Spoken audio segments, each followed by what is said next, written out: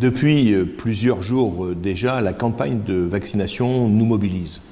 Depuis le 8 janvier, les professionnels de santé de plus de 50 ans sont invités à se faire vacciner dans le centre de vaccination ouvert au centre Brisset.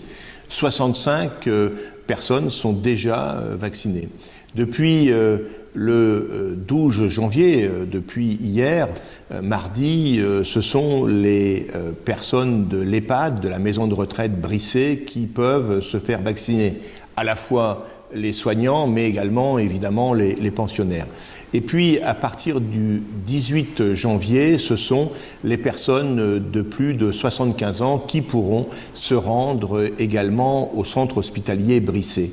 Et nous avons décidé, la municipalité et le CCAS, en lien avec bien évidemment Martine Tatinclos du centre hospitalier, d'organiser le transport de ces personnes. Nous irons les chercher chez elles et nous les ramènerons bien évidemment, et le CCAS va prendre contact avec elles pour savoir si elles souhaitent être vaccinées.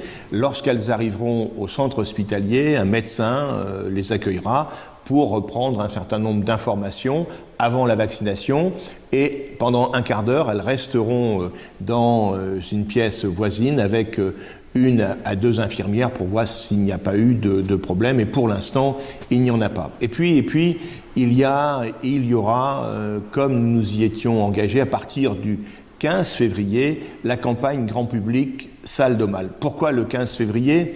Pour deux raisons. La première, c'est que les personnes qui se sont fait vacciner ces derniers jours vont avoir le deuxième vaccin dans un délai de 4 semaines. Donc il faut attendre ce délai de 4 semaines pour qu'elles puissent retourner au centre hospitalier.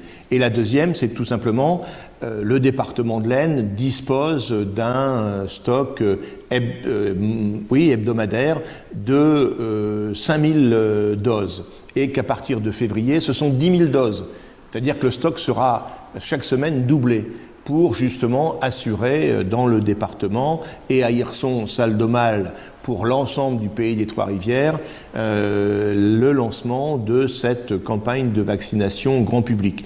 Elle sera organisée sur la base du volontariat. Chacun est libre de choisir ce qu'il fera ou ne fera pas. Pour ma part, face à une pandémie qui continue de circuler, à un taux d'incidence qui est monté à 194 lundi soir, et je précise qu'à partir de 200, nous risquons de passer en couvre-feu à partir de 18h, eh bien pour ma part, je me ferai vacciner dès qu'il m'en sera donné la possibilité. Nous devons nous protéger et nous devons protéger nos concitoyens. Voilà pourquoi la municipalité, voilà pourquoi nous sommes engagés aux côtés de l'ensemble des partenaires, de l'État, du CCAS, de l'hôpital, dans cette campagne de vaccination qui reste le meilleur outil face à la pandémie.